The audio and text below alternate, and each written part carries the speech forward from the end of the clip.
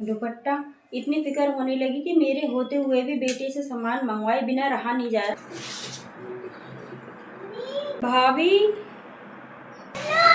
हाँ, कब लाए मुझे नहीं पता, लेकिन मुझे भी पता चल गया है आप उन भाभीयों में से हो जो आप नंदों को सामान देना पसंद नहीं करती हो।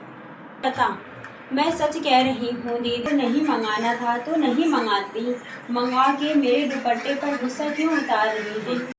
अपने भैया से भी मंगवा रही हूँ दुपट्टा, जब भी आपको परेशानी हो रही है लीजिए, मुझे नहीं चाहिए आपका दुपट्टा। इस परिवार को खुश रखना मेरे बस की तो बात नहीं है। क्या हुआ बेटी, तेरा चेहरा क्यों बना हुआ है? माँ भाभी से बोली कि कलर देख के भाइयों से दुपट्टा मंगवा देना। मंगवाई तो सही, लेकिन इतना गुस्से में हो के मेरे दुपट्टा मंगवाने की जैसे पोछे जैसे फेंक रखा है बाथरूम के पास। आसमानी दुपट्टा था वो तू मंगवाई थी? मुझे नहीं पता था, यही बेटा नीचे दिया झोले में, ऊपर आकर देखी तो दुपट्टे में।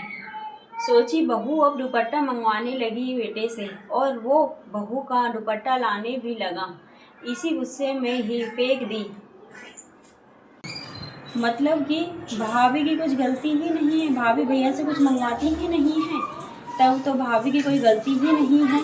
अब क्या करूं, मेरी बेवकूफ़ी की कोई हद ही नहीं है। फालतू कोई सामान नहीं मंगवा पाए बेटे से, इसलिए उसका सारा सामान मैं ही लाती हूँ। जो इच्छा हो वो करो, मैं सुनाई तो सुनी नहीं। सुनो भाभी, ठीक है, ये मत कह देना कि माँ फेंकी थी आपका दुपट्टा। नहीं कहूँगी।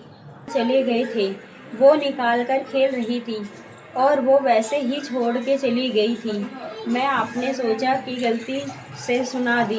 कोई बात नहीं माँ, कोई बात नहीं दीदी, नंद भाभी का कमजोर रिश्ता होता है, कोई भी एक शब्द में तोड़ सकता है, इस पे भरोसा।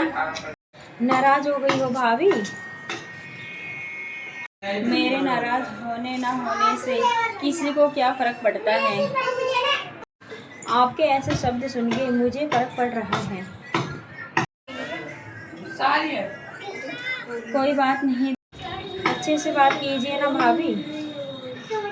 ननद भाभी का रिश्ता बहुत कमजोर होता है, इन्हें संभाल के रखना हम दोनों का ही काम होता है।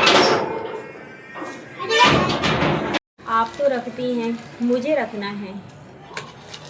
मेरी तरफ से सॉरी। हाँ भाभी, रखूंगी अब से। मैं भी।